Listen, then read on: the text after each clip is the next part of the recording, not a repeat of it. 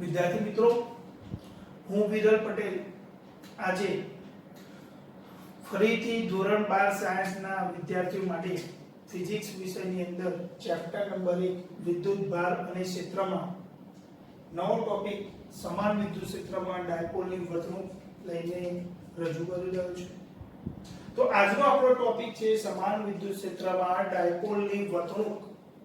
તો અહીં મેં સમાન વિદ્યુત ક્ષેત્ર ગ્રીન લાઈન થી રિપ્રેઝન્ટ કરું છું અપવર્ડ ડાયરેક્શન. તો સમાન વિદ્યુત ક્ષેત્ર મતલબ પેરેલલ લાઇન્સ દોરવી પડે.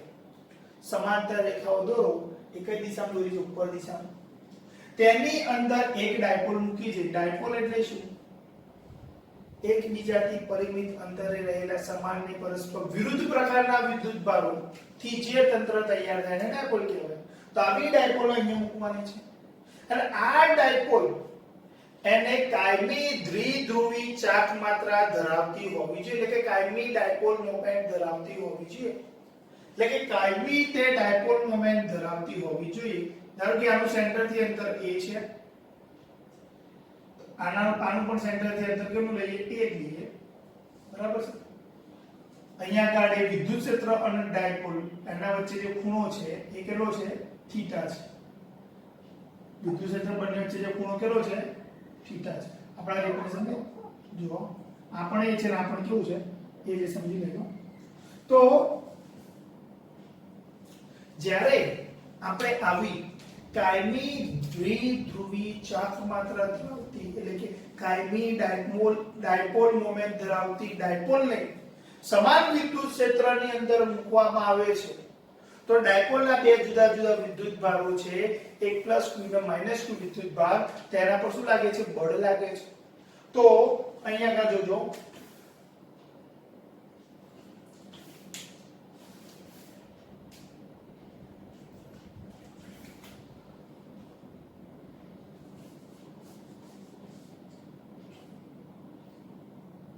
કાયમી ડાયપોલ મોમેન્ટ ધરાવતી ડાયપોલની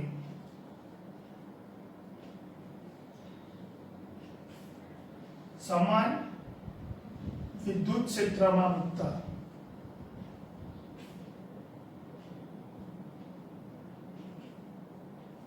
અને કાયમી ડાયપોલ મોમેન્ટ મતલબ ડાયપોલ મોમેન્ટ ધરાવતી ડાયપોલ મતલબ કે વિદ્યુત ક્ષેત્ર હાજર હોય કે ન હોય છતાં પણ ડાયપોલ મોમેન્ટ ધરાવતું હોવું જોઈએ. તો આવી જે ડાયપોલ છે તેને કાયમી ડાયપોલ કહેવાય. કાયમી ડાયપોલ મોમેન્ટ ધરાવતી ડાયપોલ કહેવાય.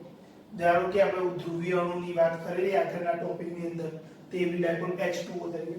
તો કાયમી ડાયપોલ મોમેન્ટ ધરાવતી ડાયપોલને સમાન વિદ્યુત ક્ષેત્રની અંદર મૂકવામાં આવે તો પ્લસ q વિદ્યુત ભાર પર લાગતું બળ. તો આપણે ટોપિક જોયો છે F બરાબર QE, E બરાબર F/q. તો એના પરથી લાગતું બળ F બરાબર કેટલું હશે? QE જેટલું પ્લસ વિદ્યુત ભાર તો પ્લસ q. એટલે આપણે વિદ્યુત ભાર કેવી રાશિ છે? અદિશ. વિદ્યુત ક્ષેત્ર સદિશ છે, મતલબ બળની દિશા કોની દિશામાં? વિદ્યુત ક્ષેત્રની દિશા. તો મેં ઉપર તરફ લીધું. હવે -q વિદ્યુત ભારને કારણે લાગતું બળ. તો આ બળને આપણે F સદિશ તરીકે લઈએ તો એ કેવો હશે? -q. મતલબ કે વિદ્યુત ક્ષેત્રની કેવી દિશામાં? ઋણ એટલે કે વિરુદ્ધ દિશામાં. એટલે બળ કઈ દિશામાં? -q ની તરફ આવે. તો આપણે અહીં બે પ્રકારના બળો લાગે છે. બંને બળો વચ્ચે કંઈક ડિસ્ટન્સ છે. અહીં પરિણામી બળ શૂન્ય છે કારણ કે એક બળ છે પ્લસ q, બીજું બળ છે શું છે? -q. અહીં બળ શૂન્ય છે પરિણામી, પરંતુ બળ યુગ્મ તો રચાય છે કારણ કે બંને બળો વચ્ચે કંઈક અંતર છે. તમે જોઈ શકો છો કે પ્લસ q અને માઈનસ q વચ્ચે કેટલું છે? ડિસ્ટન્સ છે. એટલે કે અહીં ટોર્ક લાગશે. કારણ કે જ્યારે આપણે ધોરણ 11 ની અંદર 7મા ચેપ્ટર ચાક ગતિની અંદર જોયું હતું કે જ્યારે બળો કોઈ સપોઝ ઉદાહરણ લઈ ગયા છે તો અહીંયા એક ઉપર તરફ ને નીચે તરફ લાગતું હોય તો પરિણામી બળ એ શૂન્ય અને ટોર્ક પણ શૂન્ય, કારણ કે બળો એક જ બિંદુ પર લાગે છે. પરંતુ જ્યારે બે બળો જુદા જુદા બળો એક બળ નીચે તરફ બીજું બળ ઉપર તરફ લાગતું હોય, મતલબ બળો વચ્ચે કંઈક ડિસ્ટન્સ હોય તો બળ યુગ્મ રચાય. અને બળ યુગ્મ એટલે કે ટોર્ક લાગે છે. શું લાગે છે? બંને બળોની અસરને કારણે શું લાગે છે? ટોર્ક લાગે છે. મતલબ કે ડાયપોલ ભ્રમણ કરે છે. ડાયપોલ શું કરે છે? ભ્રમણ કરે છે. તો આવી જે ડાયપોલ છે એના ઉપર શું લાગે છે? ટોર્ક લાગે છે. અને આ ટોર્ક કેટલું હશે? તો ડાયપોલ પર લાગતું ટોર્ક કેટલું હશે? એને ટાઉ તરીકે રિપ્રેઝન્ટ કરવામાં આવે છે. ડાયપોલ પર લાગતું ટોર્ક એટલે કે લાગતું બળ અને લંબ અંતર, perpendicular distance between two forces. એટલે કે બંને બળો વચ્ચે જે લંબ અંતર છે તે ધ્યાનમાં લેવામાં આવે છે. તો ટોર્ક માટે બંને બળો વચ્ચેનું લંબ અંતર. તો અહીં જે બળ છે કઈ તરફ છે? આ તરફ છે. આ બળ કઈ તરફ છે? ઉપર તરફ છે. તો બંને બળો વચ્ચેનું લંબ અંતર કોને કહેવાય? તો એક આમ છે, બીજું આમ છે. બંને વચ્ચે લંબ અંતર એટલે આ તરફ. એટલે કે બંને બળો વચ્ચેનું લંબ અંતર કેટલું છે? આટલું છે. બંને બળો વચ્ચે લંબ અંતર કેટલું છે? આટલું છે. તો આપણે આ ડિસ્ટન્સ ની જરૂર છે. તો આપણે જાણીએ છીએ કે આ થીટા, આ બંને એક્સિસ કે જે પરસ્પર સમાંતર છે. બંને પરસ્પર સમાંતર છે તો અહીંયા યુગ્મ કોણની જોડ પરથી જો આ થીટા હોય તો આ પણ કેટલો થાય? થીટા થાય. શું થાય? થીટા થાય. હવે આ થીટા હોય, ટોટલ ડિસ્ટન્સ કર્ણનું માપ આપ્યું છે a a કેટલું છે? 2a જેટલું. કેટલું છે? 2a જેટલું. તો ટોટલ 2a છે. આ થીટા છે તો આપણે આ બાજુનું માપ જોતું હોય તો ધોરણ 10 ની અંદર ત્રિકોણમિતિની અંદર તમે જોઈ ગયા છો sin થીટા બરાબર સાબા ભાગ્યા કર્ણ. તો અહીંયા આગળ લંબ ડિસ્ટન્સ જોતું હોય તો અહીંયા આગળ આપણે જોઈએ sin થીટા બરાબર સાબા કેટલું છે? આપણે લંબ અંતર. સાબાનું શું નામ આપ્યું છે? લંબ અંતર. જ્યારે કર્ણ કેટલો છે? 2a છે. તો લંબ અંતર કેટલું થાય? તો લંબ અંતર કેટલું થશે? 2a sin theta. તો આપણું લંબ અંતર કેટલું છે? 2a sin theta. જ્યારે ફોર્સની વેલ્યુ કેટલી છે? qe જેટલી. ફોર્સની વેલ્યુ કેટલી છે? qe જેટલી. મતલબ ફોર્સ છે qe સદિશ ગુણ્યા એટલે qe આપણે ખાલી વેલ્યુની ચર્ચા કરી છે. અને લંબ અંતર કેટલું છે? 2a sin theta.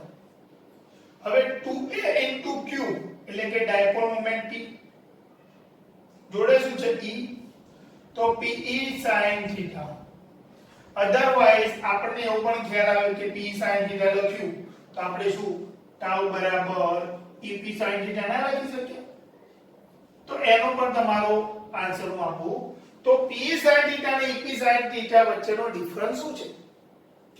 તો pe sin થીટા માં વિદ્યુત ક્ષેત્ર અને p બંને વચ્ચે ડિફરન્સ શું છે? તો ડાયરેક્શનનો ડિફરન્સ.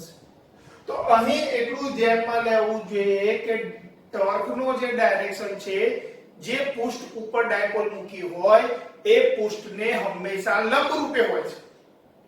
ટોર્કનો ડાયરેક્શન હંમેશા કેવો હોય છે? લંબ રૂપે હોય છે. તો આપણે ધારો કે આ પૃષ્ઠ છે, આ શું છે?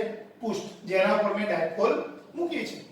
હવે આના ઉપર જ્યારે મેં ડાયપોલ મૂકી છે તો અહીં ધ્યાન આપશો કે ડાયપોલની દિશા પહેલા જોઈએ.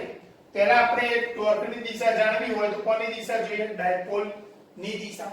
તો ડાયપોલની થિયરીમાં મેં તમને કીધું હતું કે ડાયપોલની દિશા હંમેશા ઋણ વિદ્યુતભારથી ધન વિદ્યુતભાર તરફ એટલે કે -q થી કઈ તરફ?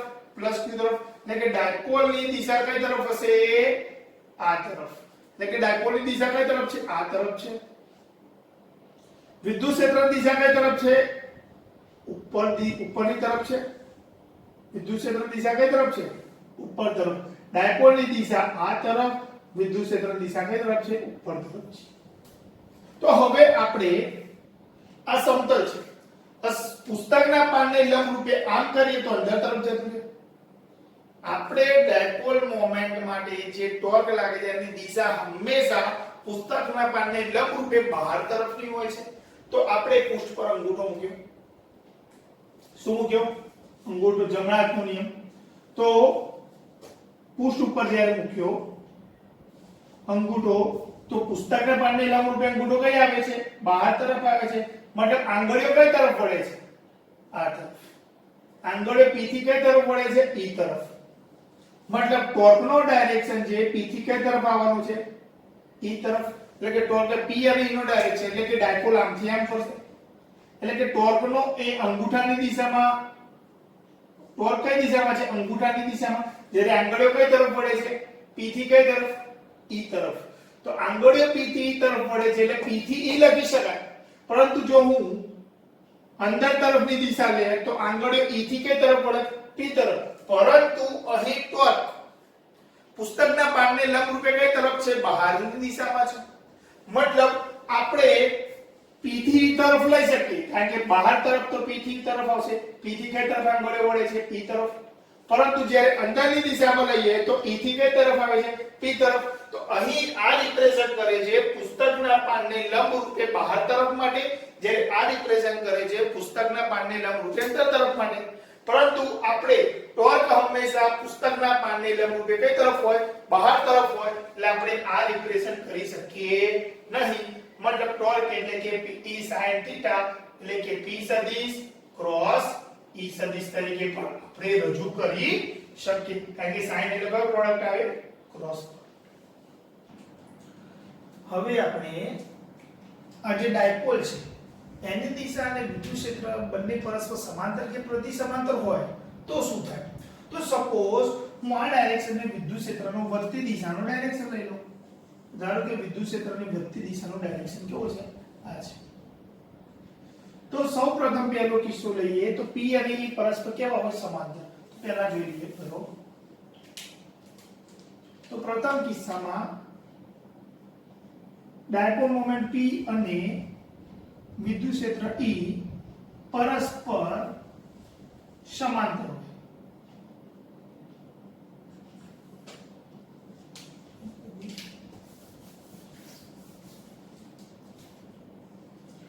હવે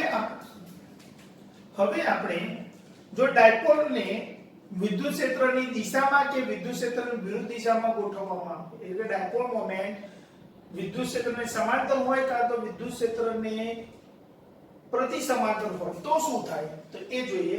તો સૌપ્રથમ પહેલા ડાયપોલ મોમેન્ટ P અને વિદ્યુત ક્ષેત્ર E સમાંતર હોય. કેવું હોય? તો આપણે જાણીએ છીએ ડાયપોલ મોમેન્ટ P અને E પરસ્પર સમાંતર હોય તો આપણું ટોર્કનું સૂત્ર ટાઉ બરાબર PE sin θ જો બંને પરસ્પર સમાંતર હોય એટલે કે વિદ્યુત ક્ષેત્ર કઈ તરફ?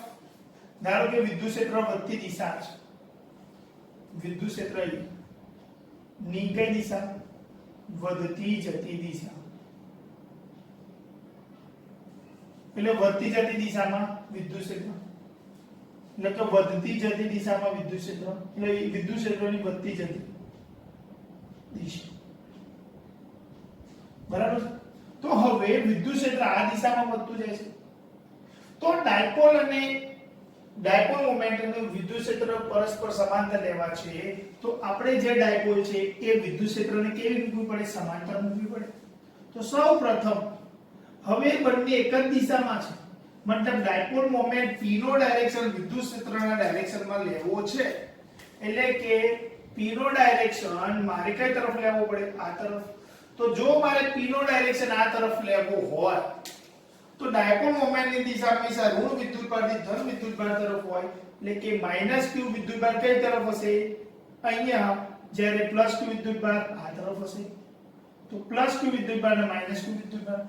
તો આપણે જાણીએ છીએ કે +q વિદ્યુતભાર છે એના પર બળ કઈ દિશામાં લાગશે? આ તરફ. જ્યારે -q વિદ્યુતભાર આ તરફ. એક પર આ તરફ બીજા પર આ તરફ. તો આ જે બળની દિશા છે પરિણામી બળ, આ બંનેનું જે પરિણામી બળ છે તો પરિણામી બળની દિશા એ ડાયપોલ મોમેન્ટની દિશામાં જ હોય. તો પરિણામી બળ એ કઈ તરફ હશે? ડાયપોલ મોમેન્ટની દિશા p ની દિશાની અંદર, એટલે કે આ તરફ.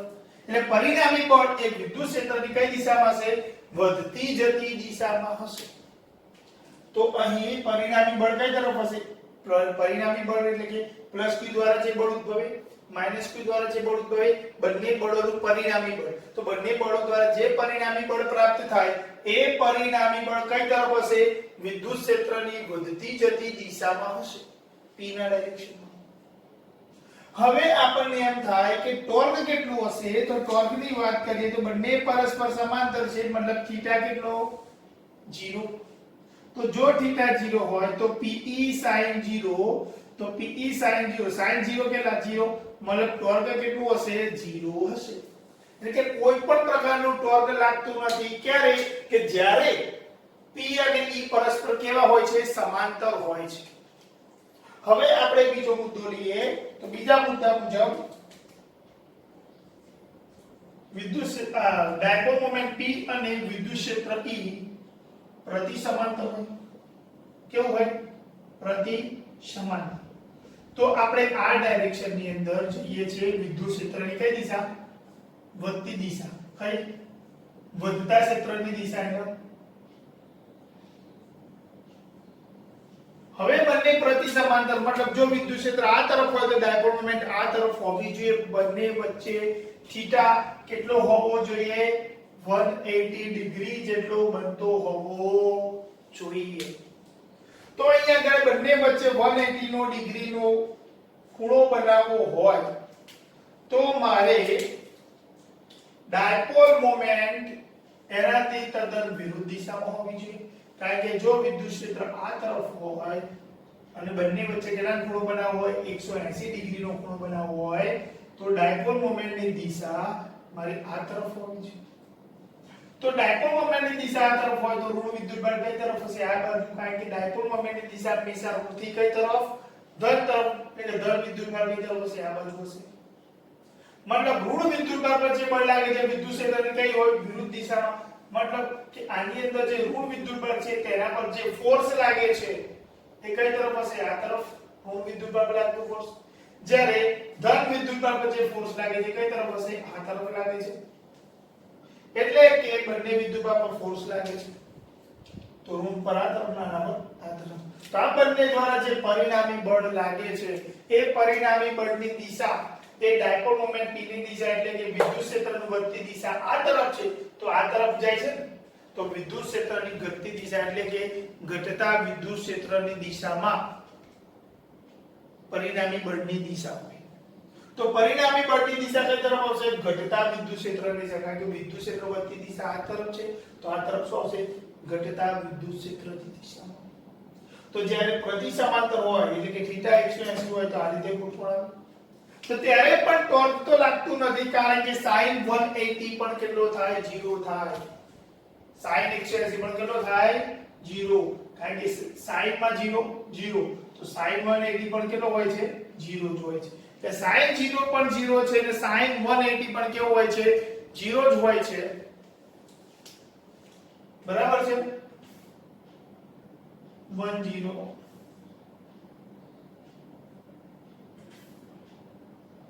cos 0 1 કે cos 0 1 યાદ હોય તો આ રીતનું હતું. તો આપણે cos રિપ્રેઝન્ટ કરે અને બીજું શું રિપ્રેઝન્ટ કરે? sin. તો sin 0 પણ 0 અને sin 180 પણ 0 મતલબ કે બીજા કિસ્સાની અંદર પણ ટોર્ક તો લાગતો જ નથી. હવે આપણને એક પ્રશ્ન થાય કે અહીં જે વિદ્યુત ક્ષેત્ર એ સમાન છે પરંતુ જો વિદ્યુત ક્ષેત્ર સમાન ન હોય અસમાન હોય તો અસમાન વિદ્યુતની ક્ષેત્રની અંદર શું થાય? તો જ્યારે અસમાન વિદ્યુત ક્ષેત્ર હોય તો 1 q અને q ના જે મૂલ્યો છે એ સમાન મળે નહીં. કારણ કે વિદ્યુત ક્ષેત્ર જુદું હોય તો બળના મૂલ્ય પણ જુદા જુદા મળે છે. પરિણામી બળ શૂન્ય થતું નથી. એટલે અહીં બળ પણ મળે છે સાથે સાથે ટોર્ક પણ મળે છે. મતલબ કે ડાયપોલ બે પ્રકારની ગતિ કરે છે. ડાયપોલ બે પ્રકારની ગતિ કરે છે, એક સ્થળાંતરિત અને બીજી ચાક ગતિ. તો બંને ગતિ એક સાથે કરે છે. ક્યારે? કે જ્યારે ડાયપોલને અસમાન વિદ્યુત ક્ષેત્રની અંદર મૂકવામાં આવે ત્યારે.